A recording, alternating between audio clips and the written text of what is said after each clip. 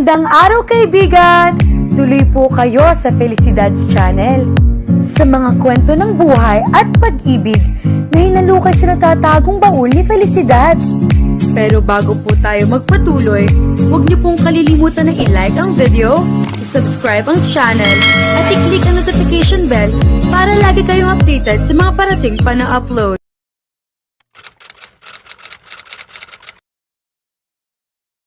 Hindi tumigil si Ercil sa pangungulit kay Kiana dahil hindi pa rin ito naniniwalang walang namamagitan sa kanila ni Aidan. Masasabunutan na talaga kita. Ilang beses ko bang sasabihin sa'yo na wala nga? Kailan ba ako naglihim sa'yo? Naiinis nang sabi niya. Nasa pantry sila at doon siya ina-interrogate nito. Humalakip-kip ito. I smell something fishy. Tumawa siya. Anong klase pang amoy bayang sa'yo? Basta, by the way, pumunta ka sa Sunday kina Mommy. Doon na lang ba tayo magkikita? O sasabay ka sa akin papunta ron? Pag-iiba niya sa usapan. Hindi niya na ako kailangang imbitahin pa. Lagi naman ako nasa inyo na may wang ito. Huwag mo ang ibahin ang usapan. She rolled her eyes. Hindi talaga niya ito matatakasan. Wala siya inilihim dito, maliban doon sa pagkalasay niya sa Subic.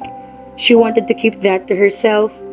Paano may paliliwanag yung eksena na nakita ko noong inhatid mo siya sa sasakyan noong birthday ni Hailey? Ano eksena naman yun? Pinagtaasan niya ito ng isang kilay. Alangan namang hindi ko siya pasalamatan sa paghatid niya sa akin. I'm not talking about that. Ang sinasabi ko ay yung sinabi niya bago siya sumakay sa kotse. Naalala niya ang tagpong iyon. Gabi na may isipang umuwi ni Aidan. Tawag na kagandahang asal ay inatid niya ito hanggang sa labas ng bahay. Na mayani ay nakakailang nakatahimikan sa pagitan nila. Salamat ulit sa paghatid. Wika niya. Tumangulang ito. Bibisita ka ba ulit sa site next week? I don't think so. Maybe the week after. Ganun ba? Na-disappoint siya sa sagot nito pero pinilit niyang ngumiti. Well, I guess I'll just see you there. I don't think so. I think we'll be seeing each other very soon. Napaisip na naman siya sa sinabing iyon ni Aidan. Anong ibig sabihin nito? 4 na araw na nakalilipas pero wala pa rin siyang balita dito. Baka business lang ang tinutukoy nito. Hindi niya alam na narinig din pala iyon ni Ercil dahil sumunod ito sa kanya. Hindi na nga siya tinantanan nito. So, ano nga bang ibig sabihin niyan? Pangungulit nito. Bakit kaya hindi siya ang tanungin mo? Pairap na sabi niya. Tuwing linggo ay nakikita-kita ang buong pamilya ni Kiana para magsalo-salo. Sa pagkakataong iyon, ay naisip nila mag-lunch ng sabay-sabay.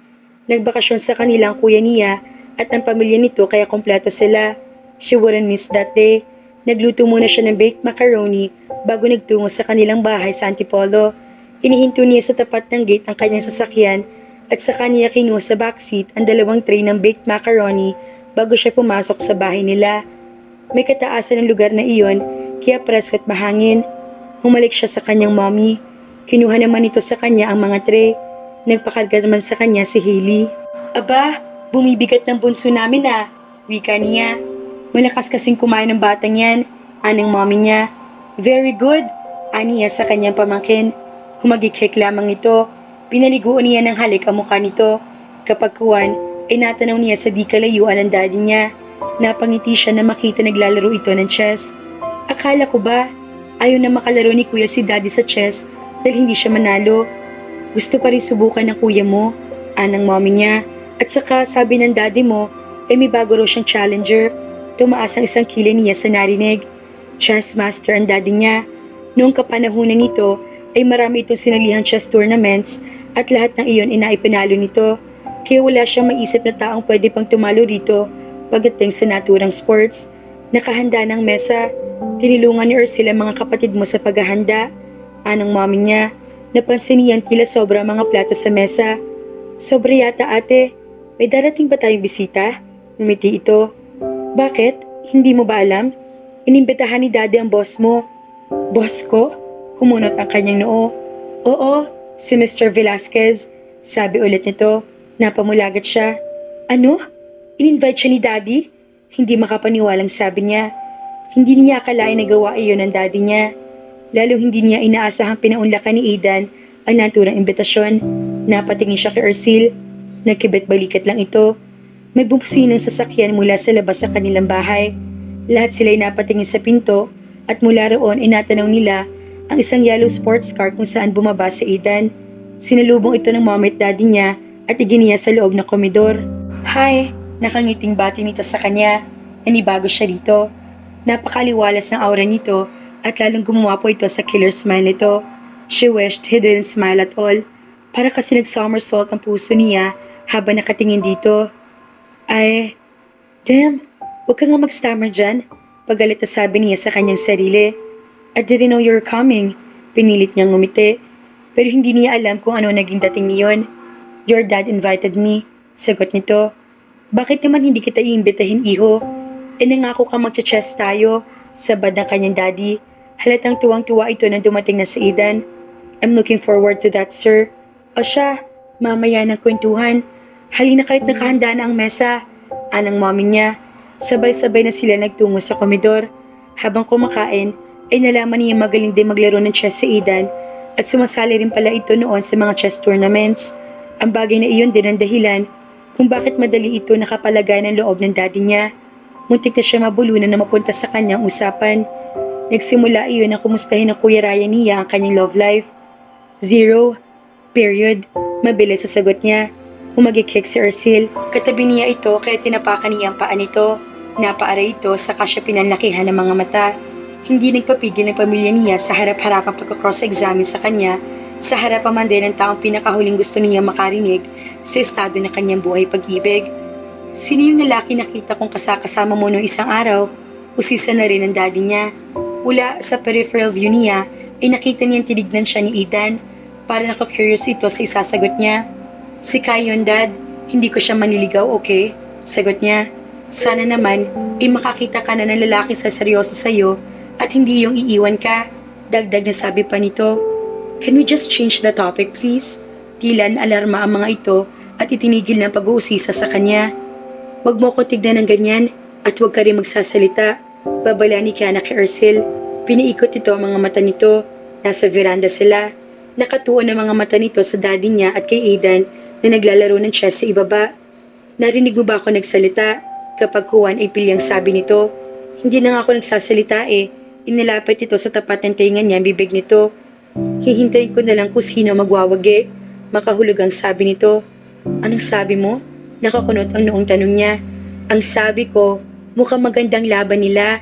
Hindi na niya naiwasang sulyapan ang tinitingnan nito. Nakahanap na magaling na kalaban sa katauhan ni Aidan ang daddy niya.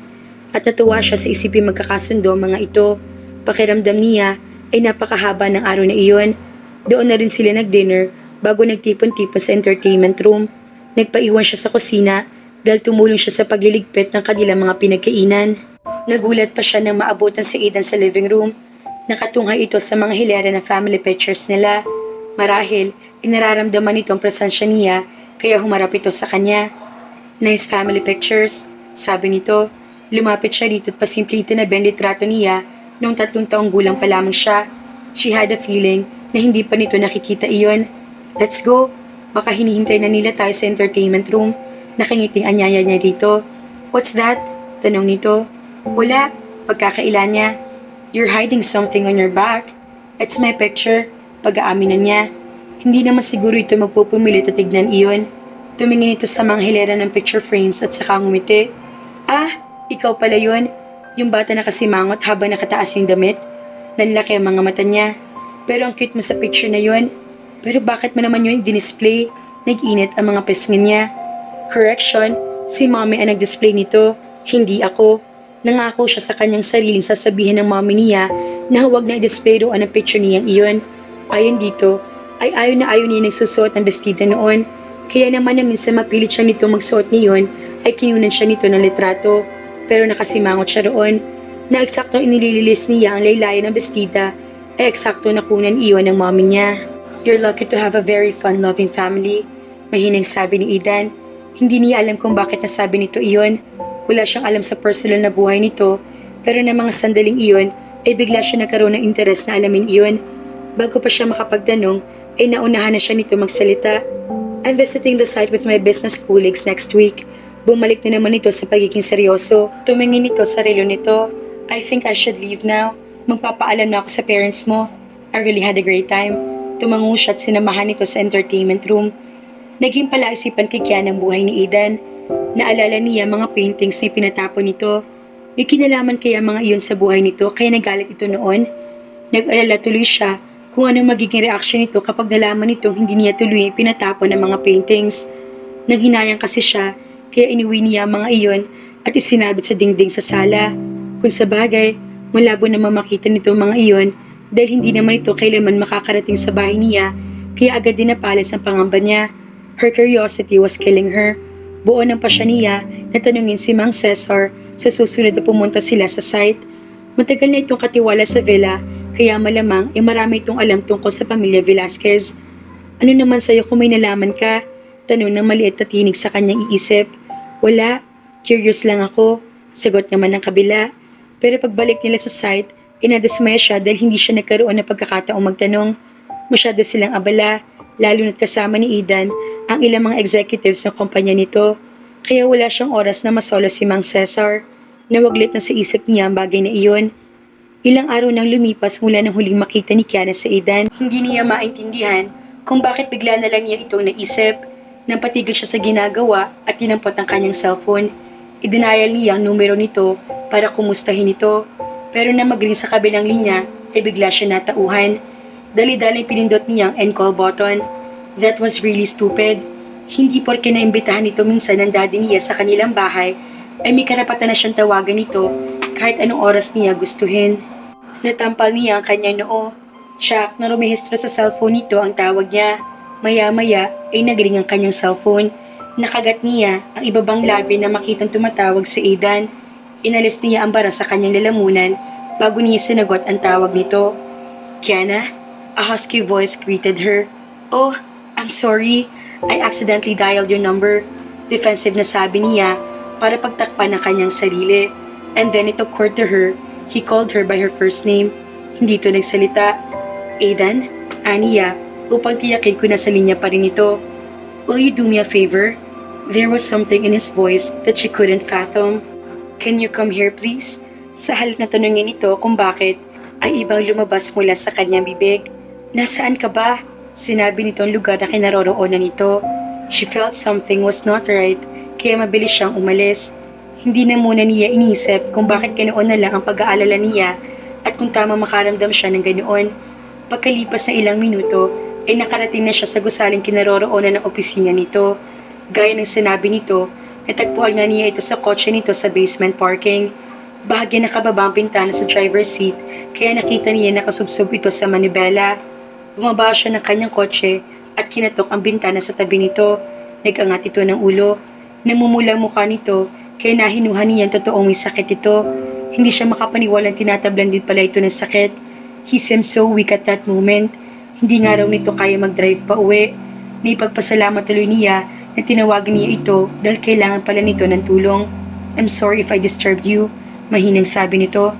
It's nothing. Sinulat niya ang noon nito. Inaapoy ito ng lagnat at noon lang niya napansin na nanginginig ito. Hinubad niya ang suot na blazer at ipinatong sa coat na suot nito.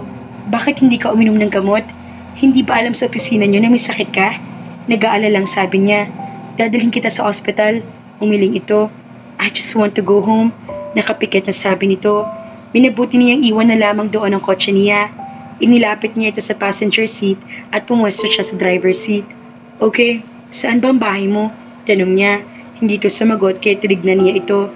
Nakapikit ito at mukhang natulog na. Aidan? Tawag pa niya. Hindi pa rin ito sumagot. Umiling-iling siya. Paano na to ngayon? Hindi ko alam kung saan ka nakatira. Hindi naman pwedeng dito lang tayo sa loob ng sasakyan.